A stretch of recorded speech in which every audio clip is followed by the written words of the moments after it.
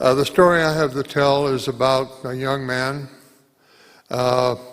really a boy, and I need to just touch on a little bit of background. Esther, hold your hand up. Esther introduced me to the Coachella Valley Rescue Mission. The Rescue Mission is not a soup line. It's a facility that cares for people in houses, somewhere over 100 between the men and the women, and then the pregnant women with little children, they have a separate area. She runs a thrift store.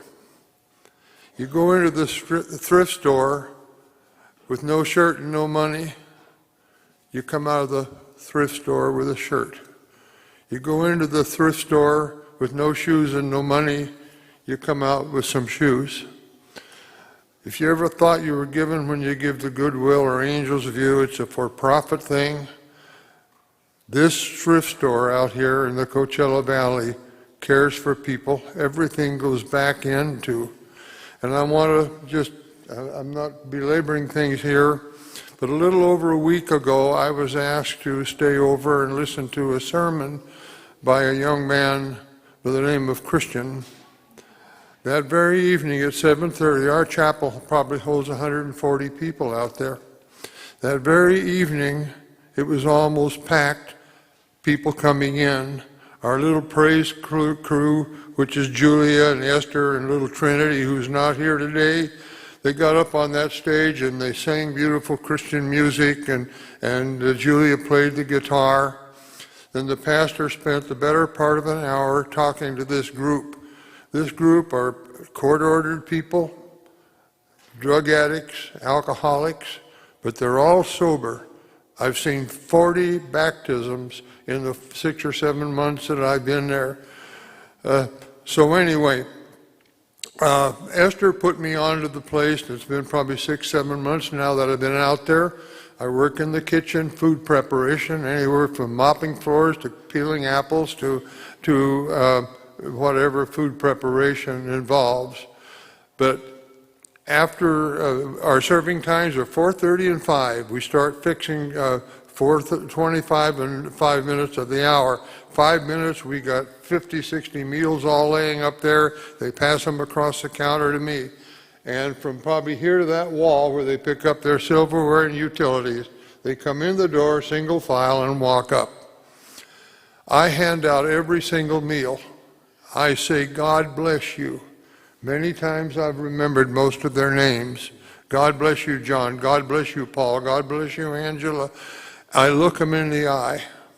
And if they don't look me in the eye, I hang onto their plate for a split second. They look up and I say, God bless you, honey. You know. But to try and build that story, the first group that comes in are the ones that are there on programs, drug and what have you. The second group, they're housed in there, but the second group aren't necessarily into the programs. So this fellow I'm going to tell you about is in that second group.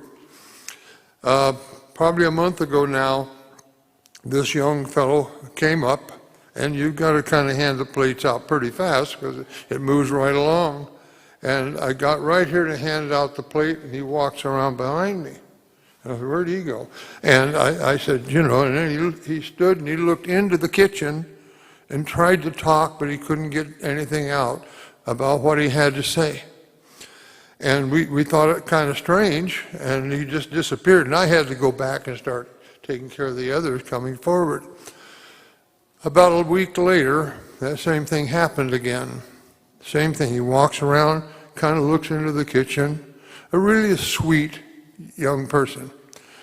And just nobody could figure out what he was trying to say. And he just left. And I looked at the people in the kitchen, and they kind of went like this, and I said something, well, someone must have shook the nut tree, you know. Then I asked God to forgive me for that statement. Then the part that I get real sentimental about, he was the last person in line about 3 weeks ago.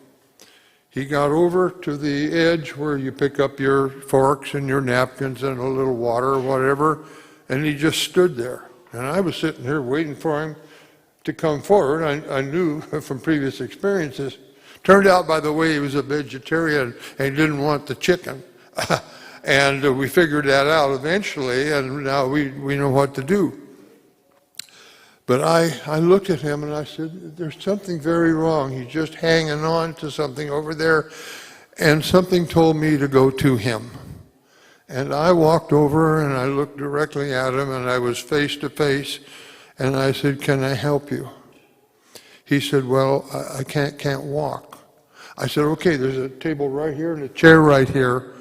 I will go get you a meal and put it here. He says, I can't walk. The ambulance is coming. He has a sense of desperation. Someone told me he needs a good hug. I reached out and I gave him a hug. He put his arm around me, and I'm telling you, he wouldn't let go. And I said to him, let us pray. And we just put my head on his shoulder and vice versa. And I said, I think a decent prayer at that time. And I let go, and he just kept hanging on to me. And I said, what's your name? He said, my name is Dylan. I said, oh, like Bob Dylan with a Y? And he said, yes. I said to him, I lost my grandson 2 years ago, beautiful 20-year-old boy, not too much different than you. And his name was Dylan also. And he looked at me and he said, you haven't lost him. It was such a moment for me that I'll just never forget it. I just felt like God told me to go to him. He needs you. Hug him, pray for him. It needs you. And so I'm not going to make the story never ending, Pastor.